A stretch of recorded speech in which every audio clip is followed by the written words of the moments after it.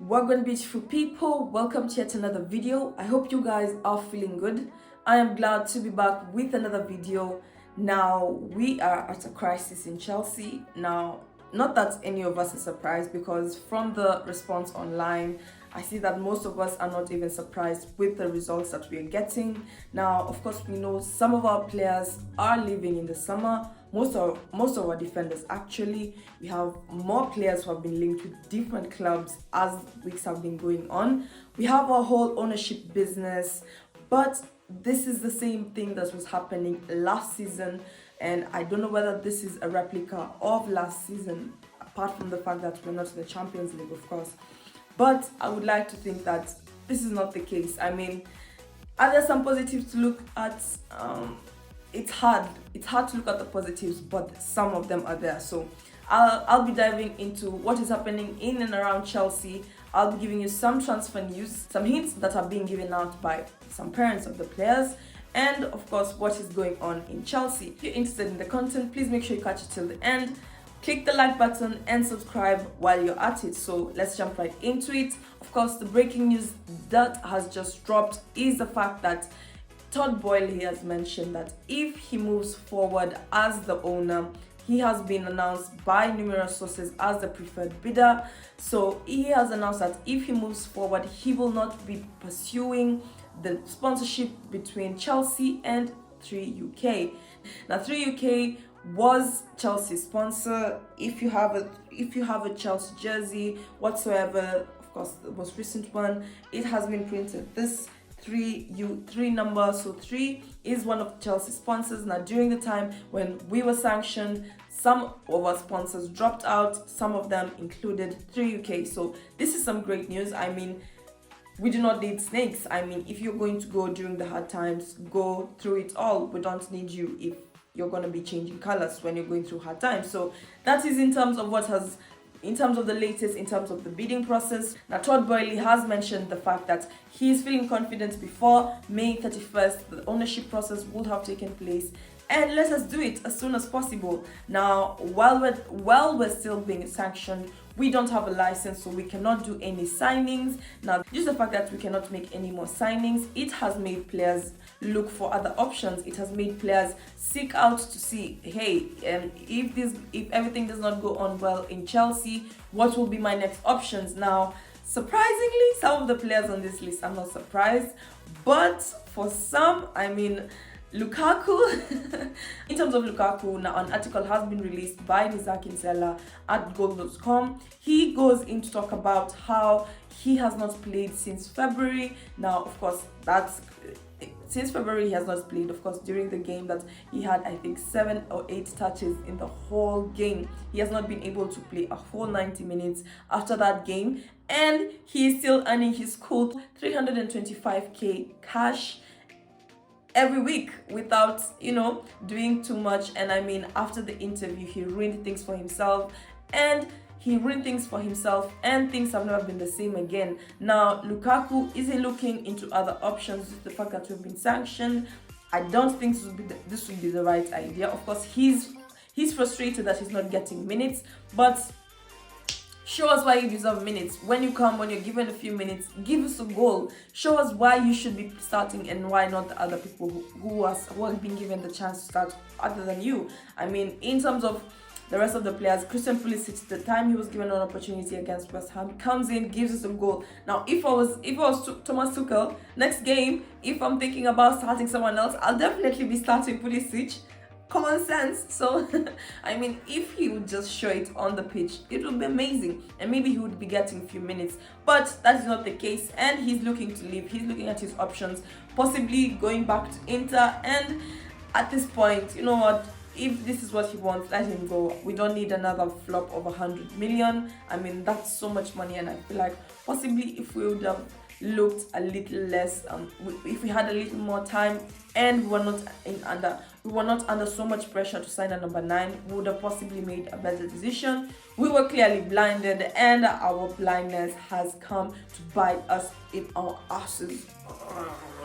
Anyway, guys, as we're speaking about substitutions that come in place of the front 3, I have to talk about it now. Christian Pulisic that put out a tweet discussing, some people have hinted that he was discussing about his son. The sad thing is he loves this club, teammates, and London, puts his heart and soul into being a pro. Onwards and upwards, my boy. Big 6 months ahead. Now, I don't know whether this is just a word of encouragement. People online have been speculating the fact that he is hinting on possibly making a move over the summer. Now, I don't think that's the case. I mean, 6 months ahead. According to my calculation, 6 months from now, our next season will have already started, so I don't think he's definitely hinting on him leaving. Maybe the fact that he's not getting a lot of starting time, and by starting time I mean the whole 90 minutes, he's not getting a lot of play time, and when he gets the opportunity, when he proves himself, he's still not given the chance to start the next games. So I can see why some people would look to the hint that he's possibly looking to make a move. I don't think so. Time will tell, but of course he also kind of hinted something like that, you know, something in the lines of not being happy, I think some few months back. But I don't think we should read into it, because at this rate, almost everybody is working out. And now rumors, I will just mention, or I'll just skim through them. In terms of the other players who have been rumored to be possibly making a move over the summer, include the likes of Marcos Alonso. Now we also have Jorginho. Azpilicueta apparently still might be in talks with Barcelona, and also Christensen, who is also being said to still be in talks with other clubs, looking at his options. Of course, Rudiger is said to be making his signing within the next few days. It has been a closed deal till 2026, so Rudiger is out of the table. So almost all our defenders are leaving. Now, this is news surrounding our defenders is that Sevilla's Jules Koundé has been linked with Chelsea. Of course, this has been there since last summer, and the deal was supposed to go through last summer. Sadly, it did not go through. He hinted on social media that he wanted to make the move, but possibly there was a hiccup somewhere and was not allowed to, and the move did not take place. In terms of our defender crisis, we need to do something. Of course, in terms of our Everton game, I was not able to do a review. I apologize. But in terms of our Everton game, our defender cost us.